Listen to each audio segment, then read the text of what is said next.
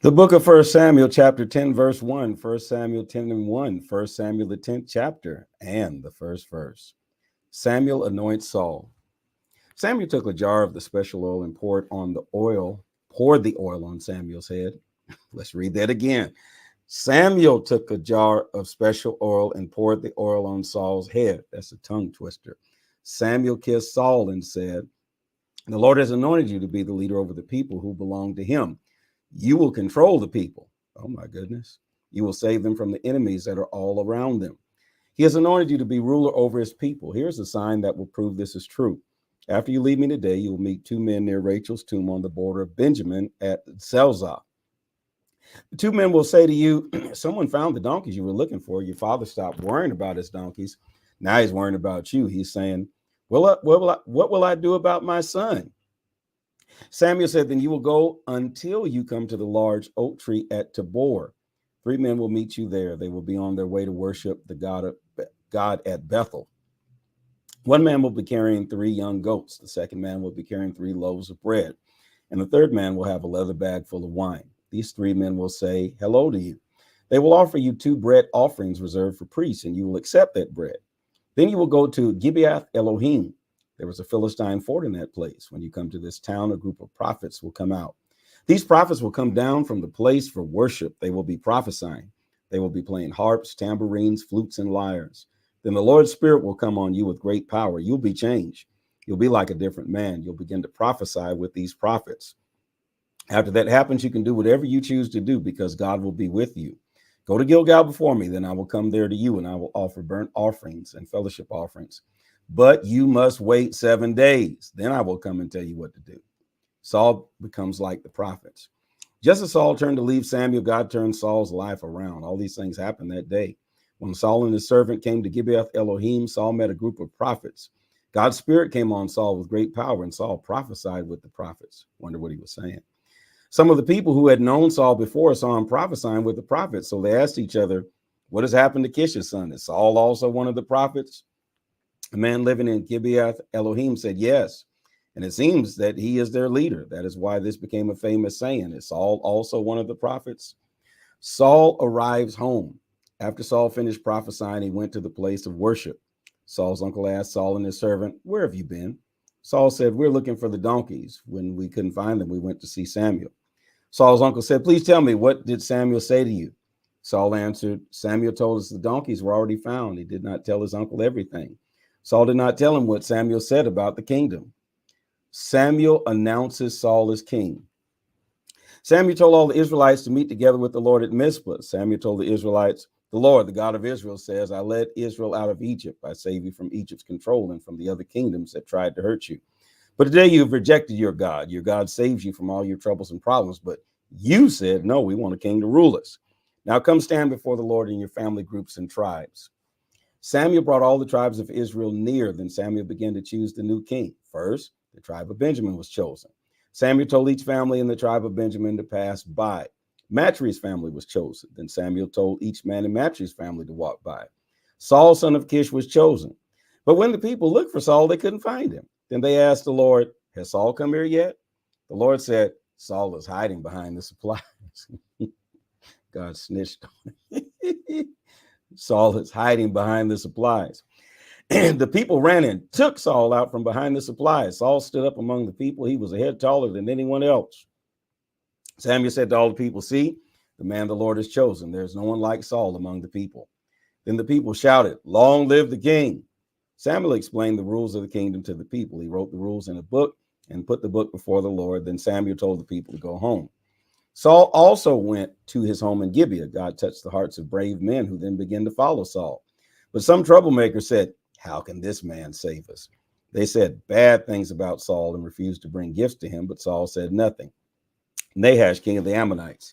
King Nahash of the Ammonites had been hurting the tribes of Gad and Reuben. Nahash poked out the right eye of each of the men and did not allow anyone to help them. He poked out the right eye of every Israelite man living in the area east of the Jordan River. Wow. But 7,000 Israelite men ran away from the Ammonites and came to Jabesh Gilead. 1 Samuel 11. About a month later, Nahash the Ammonite and his army surrounded Jabesh Gilead. All the people of Jabesh said to Nahash, If you will make a treaty with us, we will serve you. But he answered, I will make a treaty with you people only if I can poke out the right eye of each person. Then all Israel will be ashamed. The leaders of Jabesh said to Nahash, let us have 7 days. We will send messengers through all Israel. If no one comes to help us, we will come to you and surrender to you. Saul saves Jabesh Gilead. The messengers came to Gibeah where Saul lived. They told the news to the people. The people cried loudly. Saul had been out in the field with his oxen. When he came in from the field, he heard the people crying and asked, what's wrong with the people? Why are they crying? Then the people told Saul what the messengers from Jabesh said. Saul listened to their story. Then God's spirit came on him with great power. Sounds like Samuel, or not Samuel, but Samson. Saul became very angry. He took a pair of oxen and cut them in pieces, and he gave the pieces of the oxen to the messengers. He ordered the messengers to carry the pieces throughout the land of Israel. He told them to give this message to the Israelites. Come follow Saul and Samuel. If anyone doesn't come and help them, then this same thing will happen to his oxen. A great fear from the Lord came on the people. They all came together like one person. Saul gathered the men together at Bezek. There were 300,000 men from Israel and 30,000 men from Judah. Saul and his army told the messengers from Jabesh, tell the people at Jabesh and Gilead that by noon tomorrow you will be saved. The messengers told Saul's message to the people at Jabesh, and they were very happy. Then the people of Jabesh said to Nahash, the Ammonite, tomorrow we will come to you, and you can do whatever you want to us. The next morning, Saul separated his soldiers into 3 groups. At sunrise, Saul and his soldiers entered the Ammonite camp. Saul attacked while they were changing guards that morning. He and his soldiers defeated the Ammonites before noon. The Ammonite soldiers all ran away in different directions. No 2 soldiers stayed together. Then the people said to Samuel, where are the people who said they didn't want Saul to rule as king? Bring them here and we will kill them. But Saul said, no, don't kill anyone today. The Lord saved Israel today. Then Samuel said to the people, come, let's go to Gilgal. At Gilgal, we will make Saul the king. All the people went to Gilgal. There in front of the Lord, the people made Saul king. They offered fellowship offerings to the Lord. Saul and all the Israelites had a great celebration. 1 Samuel 12. Samuel speaks about the king. Samuel said to all Israel, I've done everything you wanted me to do. I put a king over you. Now you have a king to lead you. I'm old and gray, but my sons are here with you. I've been your leader since I was young. Here I am. If I've done anything wrong, you must tell me these things to the Lord and his chosen king. Did I steal anyone's ox or donkey? Did I hurt or cheat anyone? Did I ever take money or even a pair of sandals to do something wrong? If I did any of these things, I will make it right.